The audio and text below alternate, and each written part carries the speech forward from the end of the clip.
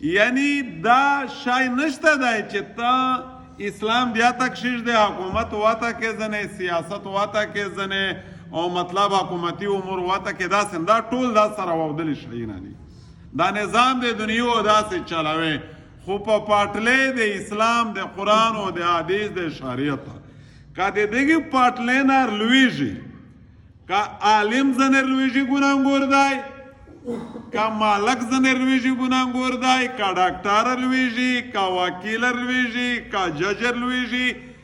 شرعی احکام نه بهر ته زندگی دا د نقصان ولادو. نو میشته اسلامی نظام ملاو دی چې اکش دا اسلامی حکمران هوی، اسلامی عدالت هوی، مسلمون ټول نظام دا دغی په لامن یو حدیث دی نوی بحث دی د امیر اطاعت د الله او د الله د رسول اطاعت تابعداري دو. څوک د امیر اطاعت کو گویا دی الله و د الله د رسول اطاعت وکړو. حدیث شریف شدریمی ابو هریره روایت رضی الله عنه چې رسول الله فرمیل صلی الله علیه وسلم من اطاعنی فقد اطاع الله، چا د متابعداري وکړه د د الله تابعداري وکړه، ومن عصوانی فقد عصى الله، چا چې د منافرمانی وکړه د الله نافرمانی وکړه،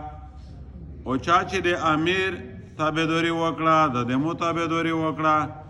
چا چې د امیر نافرمانی وکړه د دمو نافرمانی وکړه. امیر په مثال د ډال دی چې د خلک نه جنگ منع کوي، په ده پورې خلک ځانونه بچ کوي، یعنی خلک کې د په وجه سره ځانونه بچ کوي. که امیر امر درته وکړو بتقوی الله و د الله د تقوی او د عدل، داغه امیر تو په د اجر ملاویږي. که چیرې د نافرمانی امر چاته وکړه په دا امیر باندې و د هغې ګناه و وبال خپلوي. یو حدیث. بل حدیث شریف دی ام الحسین رضی الله عنها یوه صحابیه دو فرمایي چې رسول الله فرمیل که چیرې په توسې باندې داسې سړی امیر مقرر شه چې د هغې پیزه نه وه، غوږ یې نه وي، نسبت یې دا ته دی چې کا ډېر ورک شی ویلی نه وه، بیا هم د دغې امیر اطاعت هم ضروري دی، خبره وی هر وروی نافرمانی وی نه کوي. درام حدیث دی خوږه پیغمبر نه انس رضی الله عنه روایت کوي چې رسول الله فرمیل چې تاسې وروی ها د امیر اطاعت یې ها کوي. که چیرې په توس حبشي غلام امیر شه، که چیرې د ده سر د انګیره د نینکې غوندې وه، بیا دا واجب الاطاعت ته یې دغې تابعداري بیا واجبه ده. ویسه دا یو بحث ته نوې خبره راغله په امیر باندې، په شرعي نظام باندې، په عدالت باندې. امیر نه څوک مراد دی، عدالت نه څوک مراد دی. ځنې امیرونو داسې وي چې امر د ګاډې واړې درته کوي، بیا وي میش توسمني په دا سبق دوی درې ځای میشه توستی. کتاب الامارت تو قضا دی. امارت نه مراد حکمران، هغه بادشاه، هغه امیر دی. د قضا نه مراد دی شرعي عدالت. دا دوه شیونه اسلامي نظام چلوي. اسلامي نظام د دغې دوې شی تر خو چلیږي چې حکمران دی وي، بادشاه دی وي، او شرعي عدالت ته وي. د مسلمانو ټولې مسالې دا د دغې په تناظر کښې ډیل کېږي. حکمرانو کسي عدالتوی فیصلې کوي د شریعت مطابق. دغه سره سره دا په دې کښې محدود نه دی چې د اسلامي نظام صرف هغې مذهبي امور د پوره دی چې د باطن کیفیت صفه کوي، لیا صرف د لمونځه د پوره دی، لیا صرف د رژې د زکوته د حج د پوره دی. اسلامي نظام د سیاست ته پوره دی، د حکومت ته پوره دی، د معیشت ته پوره دی. که د چا سوچ دا وي چې د اسلامي نظام او سیاست ګوشی ګوشی شی دی، دا ګناهګور دی. که څوک یې چې اسلام زون ته شی دی، حکومت زون ته شی دی، بیا خلفای راشدین ویلې بدشایي نه وی کړې، حکمرانو نه وي، خو دغه حکومت او بادشاه او خلیفه د وخت دغه حکومت او بادشاه او صحابیو شي چالیش یو دنه خلک دا پدا باندې حد شاوی یا رئیستو دا مولا یو خو سیاسی ملو سره مې بیان لګي دا یا نارا د يهوديونه دا مسله نه زده کې د حدیث نه ټول نه د حدیث خبرې دي امون نه دي د ملون نه دي مجتهد نه دي رسول الله د خپل خبرې حضور صلی الله علیه وسلم خپل فرمایي كانت بنو اسرائيل تصوصهم الانبياء كلما هلك نبي خلف او نبي اخر حضور صلی الله علیه وسلم فرمایي چې بنی اسرائیل سیاست د بنی اسرائیل پیغمبرونه کو چې کله یو نبی مرشه وفاتو شه بل نبی او الله پاک اخپزوی رواز او ذا خیر نبی ولا نبی بعد پمون اورسته بل نبی نشتا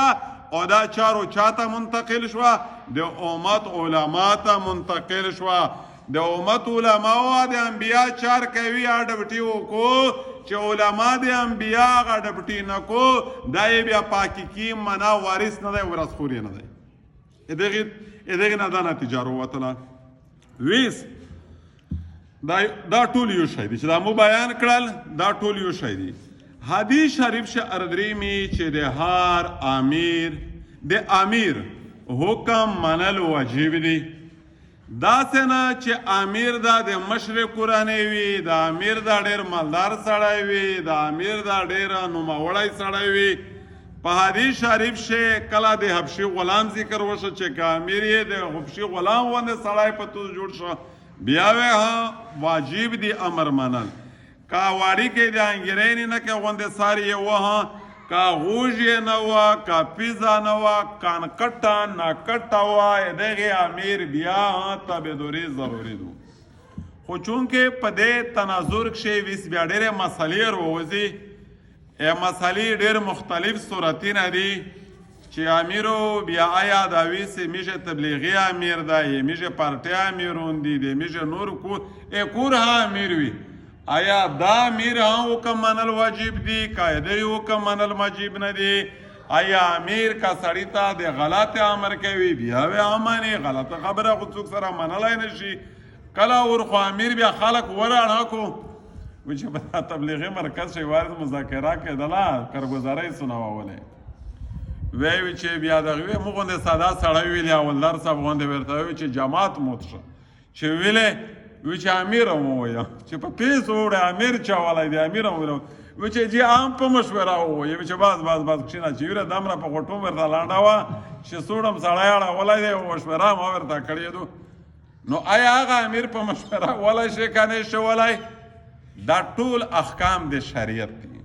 او دا یود سوته چې کله د امیر به امر وشي بیا هغه لشکر هغه ټولای هغه لیار بیا دو ناکامه حضرت محمد مصطفی یوه خبره صحابانو ومنله چیر شئ په بدنیتي نه وه ویر بیړه شوه یا یې خواشۍ نه وای په جنګ یې ووت چې دا په دا دوی کښېنئ چې غنیمتي نه وي خپل سړي ور وتلی دي توسو ښځې نه خالد بن ولید رضی الله عنه یو ورځ طرفه ورته راغی بیا په ټیکا ورشه حمله پې وکړه او مسلمونه از صحابه چې هغه منظر بخاري شریف کې پیش کړی دی هرون او پوتې چې مضبوط صحابه غره غونې سړی وي د هغې پښې هم ووتلی نو د امیر کتابې لیکلي دي خالي وجه دا وه چې بې امري وشوه میش کله کله ورپښې وله ویرته کې امیر دی منې نه منه خوښ مې دی نه مې دی خوښ فاسق دی فاجر دی عادل دی په دې خبره نو میشتو مسالې ویس بیانوي انشاءالله سبو په دې حواله حدیث ډېر موجود دي بیا په دا ټول سره خلوص کې چې وداره میش دا امیرون څه پلاوی کې کور امیر وی کانې وي مشورې امیر وی کانې وي دا حدیث نه هغه عام امیر هم مراد دی پارټي امیرون هم مراد دي ځنې آیا ګناه خبرې په دا شرسي څوره تابعداري وی کوي څوره وی نه کوي په دې باندې بیا رشنوي اچوي او نن اتوسه چې کومې اجتماعونه راونی د هغه پوره مش خبره کړې وه چې دا اوراد فکر تبلیغي او مهنت شریعه په ټوله دنیا کې پټ انقلاب دی خو اتوسه